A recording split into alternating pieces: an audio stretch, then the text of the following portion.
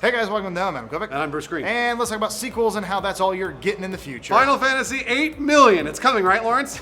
Yeah, year 2275. Can't wait. Oh, I'm looking Cloud's forward to back. that. All right, if you've noticed that gaming is nothing but sequels and reboots these days, there's a reason for that. It's because they are, or rather because they have to be. At least that's what's implied by statements from Square Enix Holdings president You got it. You got it. Yasuki Matsuda. That's about right. Yosuke Matsuda. Yeah, in an interview he did with Famitsu, god damn it, and translated by Kotaku, so many names in Japanese. According to Matsuda, new IP in gaming can't be valued by just the first entry's performance. He calls it the law of third titles, basically saying that you will only know if a new IP will really work by the third game. Yeah, Matsuda goes on to explain some more stuff. Lawrence, tell us about that. Matsuda basically said that the first and second games in what's intended to be a new franchise is basically like market experimentation.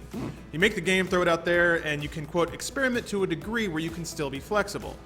He then concludes by saying, if the third title is successful, then all is well. So, yeah, you have to make 3 games, and based on the performance of the third game, then you know if you have a property to work with. I guess the question is he right? Well, let's take a look at some recent trilogies and see how they performed in terms of sales. And yeah, all these numbers are for VG charts, so we may as well be throwing spaghetti at each other for 5 minutes. But this is about as much as we've got. No, we're not going to throw spaghetti. You get the same amount of entertainment value.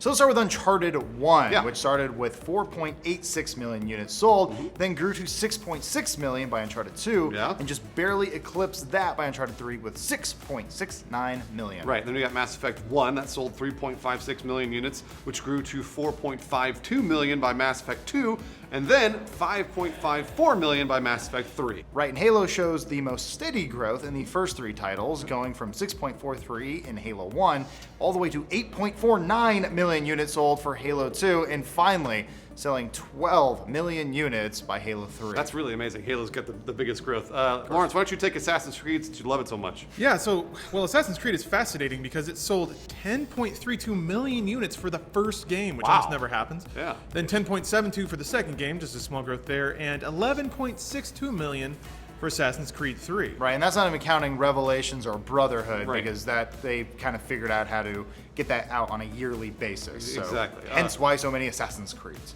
From these examples, Assassin's Creed and Mass Effect are kind of the most interesting, despite being the most infamous. The third entry of both these franchises sold the best. And despite resulting in some consumer dissatisfaction, the franchises either did continue in the case of Assassin's Creed or will continue in the case of Mass Effect. Right, Assassin's Creed continued on with yearly releases and routinely makes the top 10 best-selling games for the year. Mass Effect is taking more of a break, but still has a significant resource dedicated to its development. Right, this is all kind of pretty strong evidence that Matsuda's law of third titles is sound. In fact, we can't think of a circumstance that disproves it, right, Lawrence? If you think about it logically, there are basically 2 situations that would disprove his idea.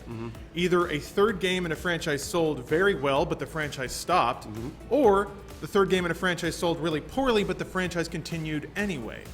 And we actually can't think of either of those things happening with any major franchise that's existing right now. I mean, you could even look at early Call of Duty, but Call of Duty 3 outsold Call of Duty 2, and that went on to be gaming's biggest juggernaut of an IP. So what does that mean for gaming and you? We figure it means we'll see way less new IP, which means intellectual property, and the AAA game development space, since the data suggests that you need to be able to invest in 3 games before considering a brand new IP a success or a failure. Right, I mean, you can look at something like Destiny, where numbers were coming out that it was a $500 million franchise. That was not for one game. It was over 10 years. They're going to be making that thing well into the 20s. Absolutely. Weird saying that. Anyway, furthermore, once you've sunk the upfront cost into making that trilogy, you have no reason to do it all over again. That's a good point. Why invest in a brand new trilogy when you can capitalize on one you've already made? This is what leads to Gears of Wars' Judgments and the Gods of Wars' Ascensions of the world. Yep. What if you just love games and you just want to make games? Why wouldn't you just want to make lots more games? Go back to playing Team Fortress 2.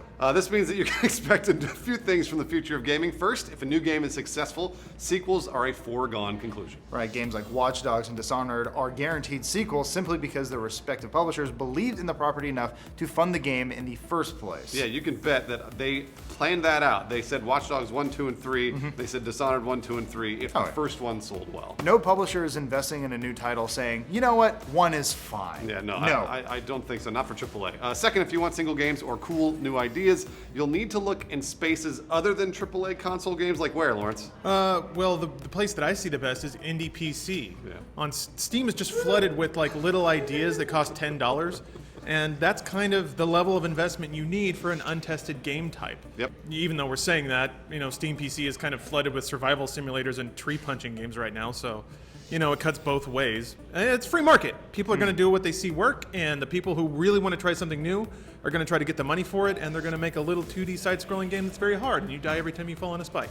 And at this point, it probably sounds a little doom and gloom, but no, it's not necessarily a bad thing. Yeah, right, exactly. What's great about this system is that you can find the games you want. If you want a huge, expensive game, you can go console. Yeah. If you want small, fresh ideas, you can go indie PC or even on your little cell phone. You're fine. So in the case of Square Enix, does that mean we're looking at, what the fuck is NIR? N-I-E-R. What is that? That really rando game. We're looking at NIR 2 and NIR 3, Lawrence? Oh boy. Murdered Soul Suspect 4?